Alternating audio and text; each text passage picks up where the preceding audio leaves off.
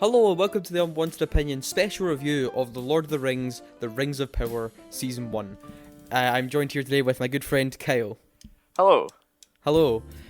So guys, this will basically just be a full spoiler-filled recap / review of what we thought of the first season of Amazon's Lord of the Rings series. That is proved controversial / divisive when it got first announced and when it first released. But we're here to give our official proper opinions that no one will be able to argue against because these are the most prestigious review in the land. Am I right, Kyle? Yeah, no fanboys, no token fanboys will be able to complain.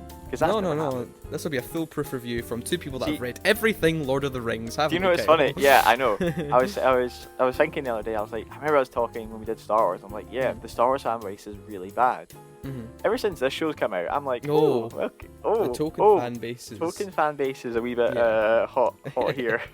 I mean, just to sort of clarify, I mean, have you read many Lord of the Rings? I've only ever read The Hobbit. It's strange because that's one of my favourite books. I've read that multiple times, but I've never bothered to read the trilogy. I've listened to The Hobbit. Right, I've had it on Audible. Mm-hmm. I have the Lord of the Rings trilogy on Audible as well, and they're there. They're getting ready to be listened. I'm just listening to House of the Dragon at the moment, so I'm like, keeping that. But I mean, overall, right? Before we dive into this, because obviously when we've spoken about other franchises, we've been quite big fans about the franchise. Yes. I mean, are you a huge Lord of the Rings fan? Mm-hmm. Okay. I ask, only knowing you 6 years. Well, like I said, The Hobbit is one of my favourite books. I adore that book. I've read it probably 5 or 6 times since I read it when I was like 12 years old. The Lord of the Rings films, the Peter Jackson films, I love them too. I love the extended versions. I even saw Return of the King in cinema last year when it got re-released. The extended version or just the theatrical? It was just the theatrical cut. Yeah, so I would say I'm a big fan of those films. I really do, and I understand those take liberties with the property as well. But overall, I think those are a fantastic, grand, beautiful looking, and beautifully acted and written adaptation of those books, which I haven't read, to be fair. On the Hobbit films, however, I think those are terrible. I mean, it's the Hobbit films.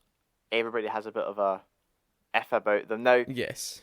I don't hear me out. I don't love them. Yeah. But I did watch when I watched Lord of the Rings the first time years and years and years ago, and I kind of forgot what happened.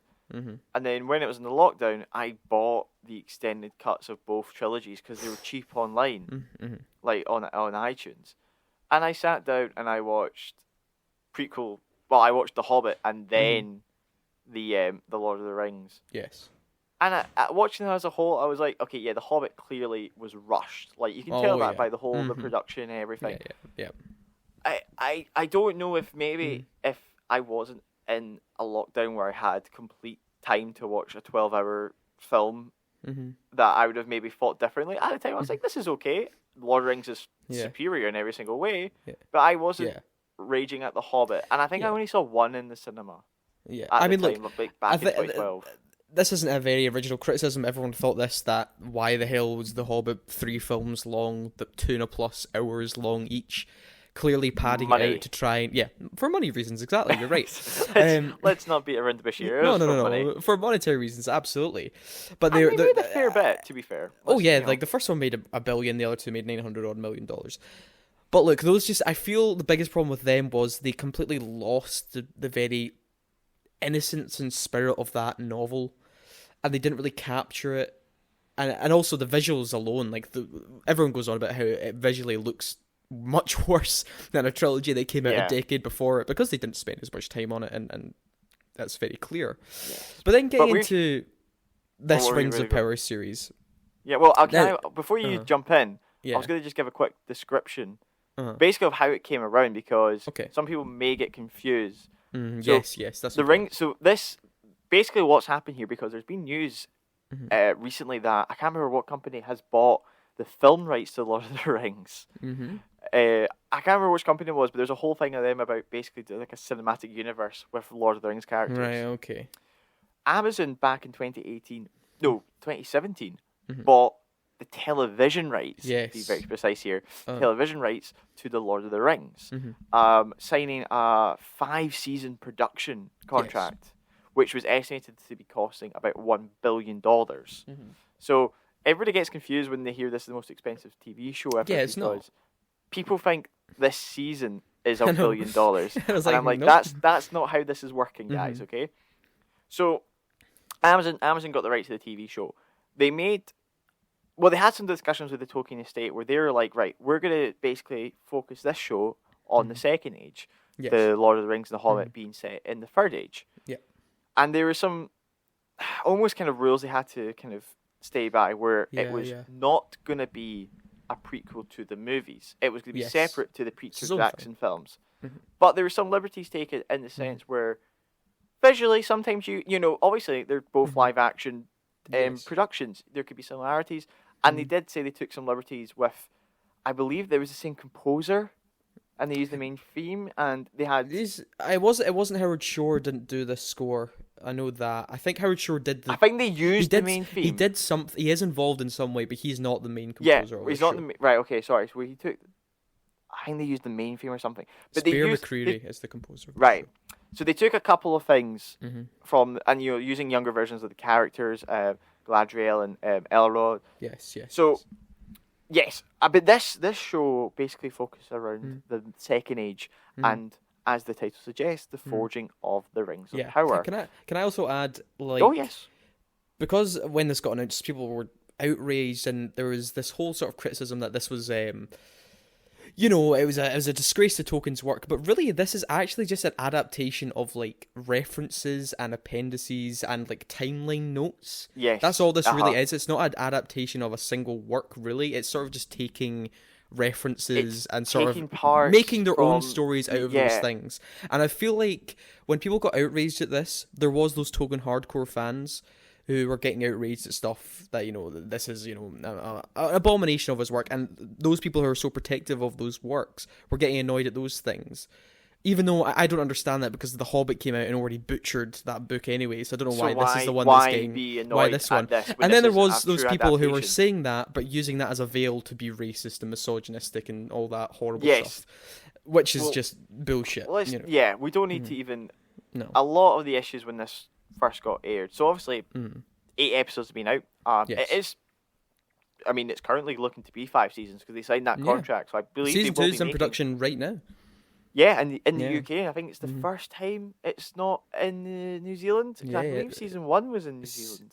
No, I don't think it was either. Or was the whole thing? The whole thing, I'm pretty sure, was the UK, if I remember correctly. I feel like they might have shot some stuff elsewhere, but I'm pretty sure it's all UK. No, New Zealand. New Zealand, yeah. And I think New Zealand now and the UK. No, I think it's New now Zealand. primarily in the UK, I want to say. Yeah, there was but something about it because obviously there's a huge thing with New Zealand and the Peter Jackson films. But anyway, yes.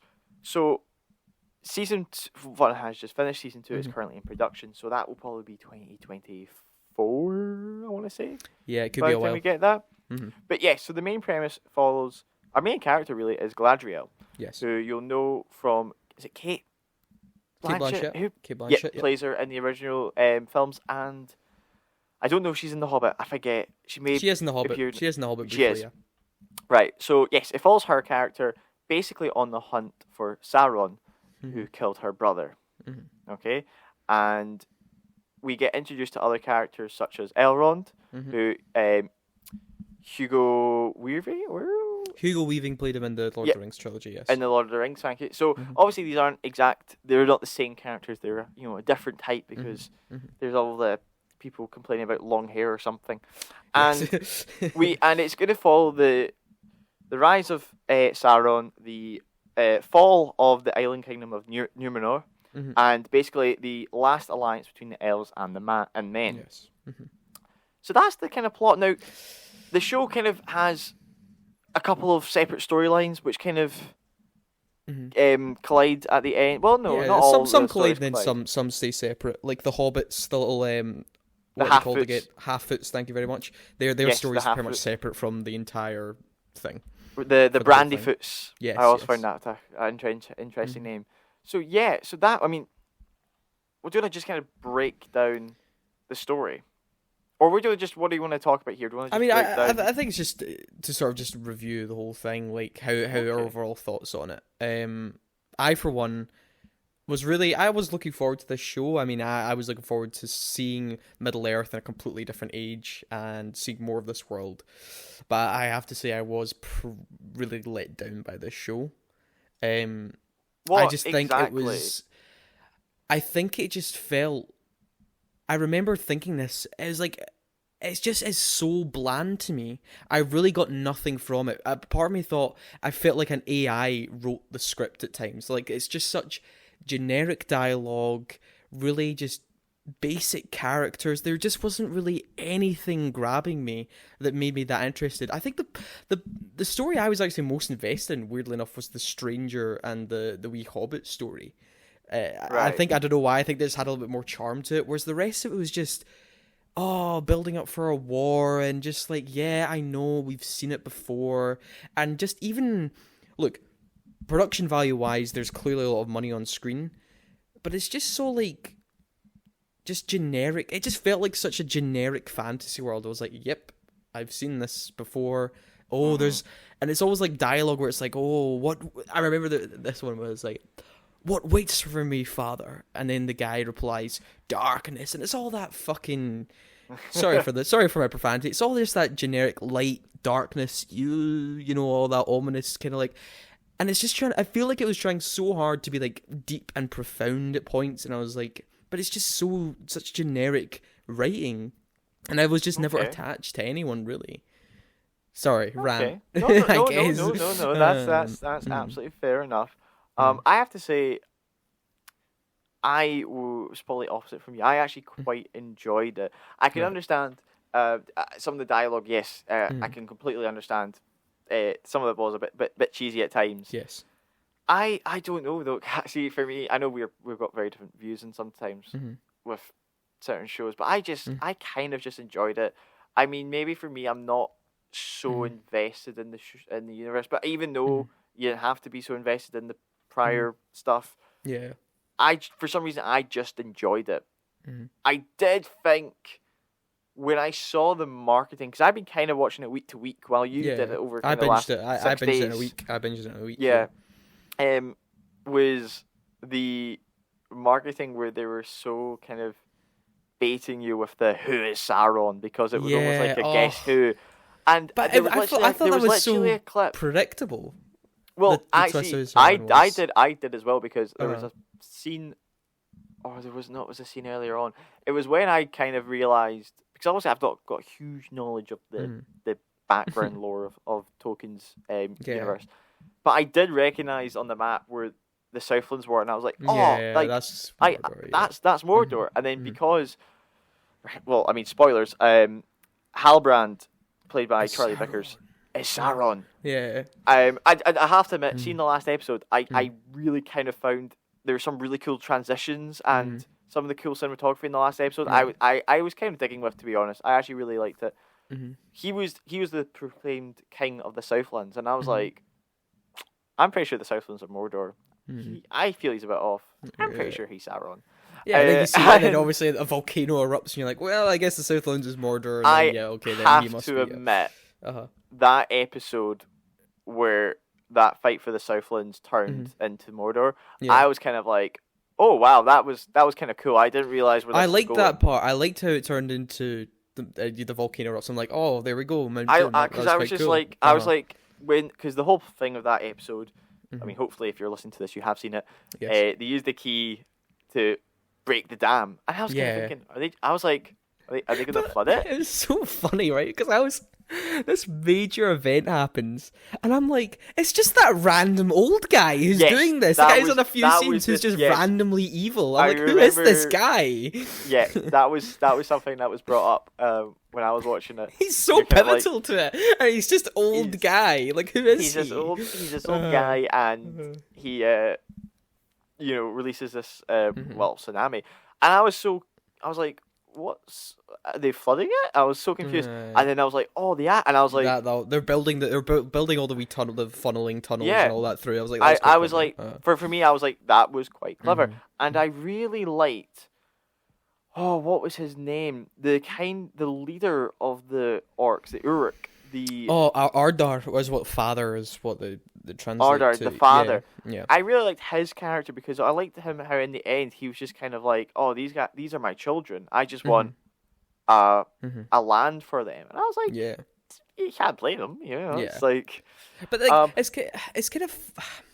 It's funny how this show was sort of like built, like trying to have big. And remember, I've had problems with like the Disney Marvel stuff. How I feel like they always like hinge their finales on like big reveals and stuff like and twists. And I'm just like, you don't need to do that to keep your show interesting. And they sort of did it with this, where like, who's the stranger and who is Sauron? And then they tried to do the whole. I'm like, guys, it was so obvious. Like, I presume he's going to be Gandalf. Because he's a big tall guy, which I assumed I was like, well, he's probably Gandalf because he's a big tall guy. I saw on Twitter the strange. So this is the stranger we're talking about. Yeah, the stranger. Where at the beginning of the last episode, they do try and do like a wee turnaround where they're like, he's Sauron. No, he's not. He's Sauron. There was a line that I saw on Twitter. Somebody compared it where it was like, "Oh, you always use your nose," or something like that, and it was an exact line that Gandalf told the hobbits in Fellowship, which is quite interesting because that is a change from. The books, because Gandalf and the wizards don't show up till like near the beginning of the Third Age, so they are changing sent that to defeat Sauron, aren't they? So they are changing that up, where Gandalf is now coming in much earlier in the timeline. This is meant to if it is Gandalf. Yeah, this is meant to be. Well, he is one of the wizards. He is a wizard, really, so I presumably he's one of those wizards. I'd say it's 99% certain that he's going to be Gandalf. It's Gandalf, yeah. And I'm kind of interested in the whole where they're going with it. I like the kind of idea that Sauron was almost like manipulated everybody to kind of start making the rings. Who I have to admit, I just loved the dwarves in this. I thought they were brilliant. I just, especially the actor and the chemistry he had with Elrond, I just loved because I loved the idea that diving into the fact that the elves obviously are immortal, and that they have a hugely different perspective of time. Compared to sort of more mortal creatures, because the dwarf's like, it's been 25 years, I've had a wife, I've had kids, and you're saying hi, I've seen you yesterday. And I just love the dwarves. I thought they were really good. They were probably my favorite characters. Like you said, I liked Elrond in it. He was probably one of my favorites, as well as Nori Brandyfoot, who was the little hobbit girl. Those were kind of the only two that kind of really stood out for me in the cast, though. Like, I just You're not a main fan of Galadriel? Not really.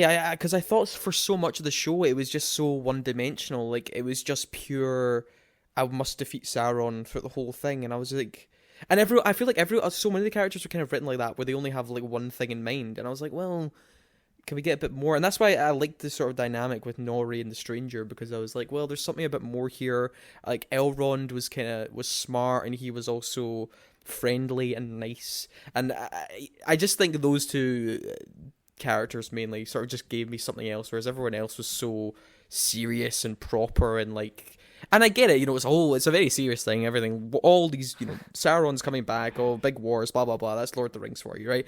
But I don't know, it's just like, it didn't really have that same, I don't know, depth or feeling of like I was just interested in these people at all. It was interesting. I was just like, all right, okay, they're just people doing stuff to me. Like, I don't know. So this is here. I'm gonna ask you this. I imagine you will, but without the pressure of doing this show, and you almost feel like you have to watch stuff. Yes. Would you watch the second season off your own back? I don't know if I would have finished this first season. Oh really? If I had to do this, because I was getting quite bored. So where did it kind of lose you? What kind of episode did you think it lost you at? Because Kel, you've always said about the 3-episode rule, and that's a very. Kel, do you want to explain what the 3-episode rule is for? Thank you, thank you very much, Liz. Yeah. So I've had this rule. It's mainly been a rule actually against you, because I find it really difficult to get you to watch TV shows. But I've done well this year. I've watched a fair few shows, so. I always say this. The reason this rule came around was actually from Game of Thrones. The first season of Game of Thrones. Wow, I watched Game of Thrones well before I knew you. Who was this about? No, this was me. This is one I kind of. Oh right, okay. Like, I forced myself to watch Game of Thrones. 3 episodes of Game of Thrones, and then I was hooked. And then I was like, oh right, okay, this is now a story's kicking off. Yeah. Because I recently just rewatched the first episode of Game of Thrones with my girlfriend, and I was like, you kind of do have to watch 2 or 3 to kind of get the ball rolling in this sort of thing. So my rule is that you watch 3 episodes of a show, and then I feel that's enough for the writers to almost pitch you the show as a viewer, and then you can decide if you want to continue it or if you want to kind of just pause it. Obviously, for shows where that methodology was really useful for like 20 episode shows or 10 episode shows. When you get to the Marvel shows, when you're 6 episods and you've watched 3, you're kind of like, I've watched that. Feel like I need to finish it now. But yeah, so the 3 episodes, was that round about the point where because I'd watched the episodes and I was like, I'm just not invested in this, and then I was like, well, I've kind of got to keep going. But I guess the later portions it does have its moments, but overall, would you say it was definitely weaker at the start, or? Interesting. I would actually say it was quite consistent, to be fairly honest. Yeah, okay. For me, well, this is for someone who wasn't a big fan. It got consistently boring to me.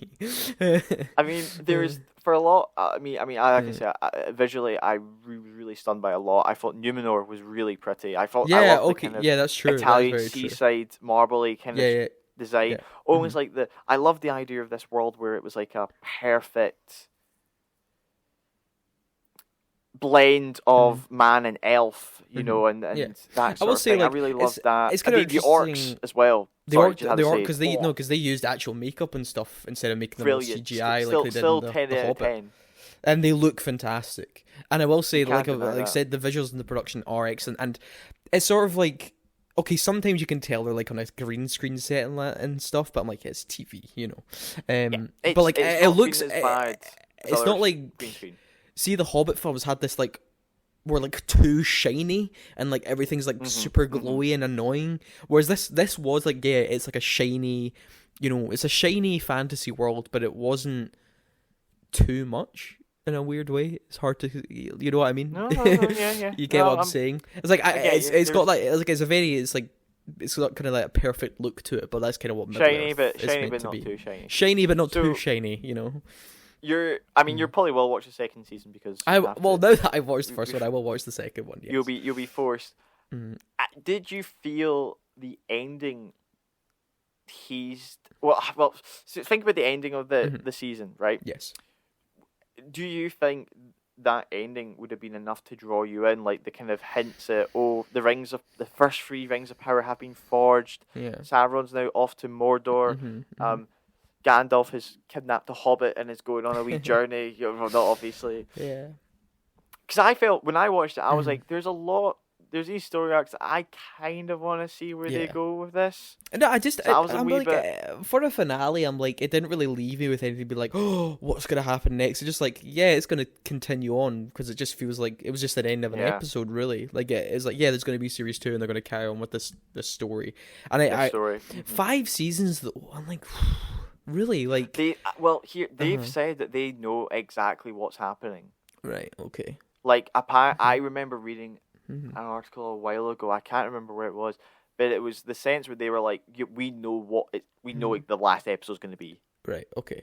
It's just because because we know what the last episode's going to be because it's going to be them killing Sauron and then Isildur's not going to drop the ring in the volcano. That's surely going to be the second last episode, because it has to do that. Like, there's not really much else they can do. It depends how much they go through the second age, because I don't know the timings and stuff. True, they might get to that in series 4, and then season 5 could be something else. Who knows?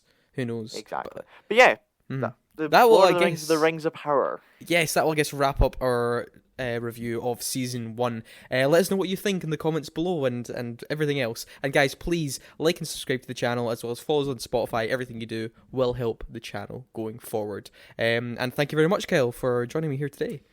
As always, thank you. Yeah. Okay, but guys, I didn't like the show. Kyle liked the show. But you know what? At the end of the day, these were our unwanted opinions. Bye-bye. Bye now.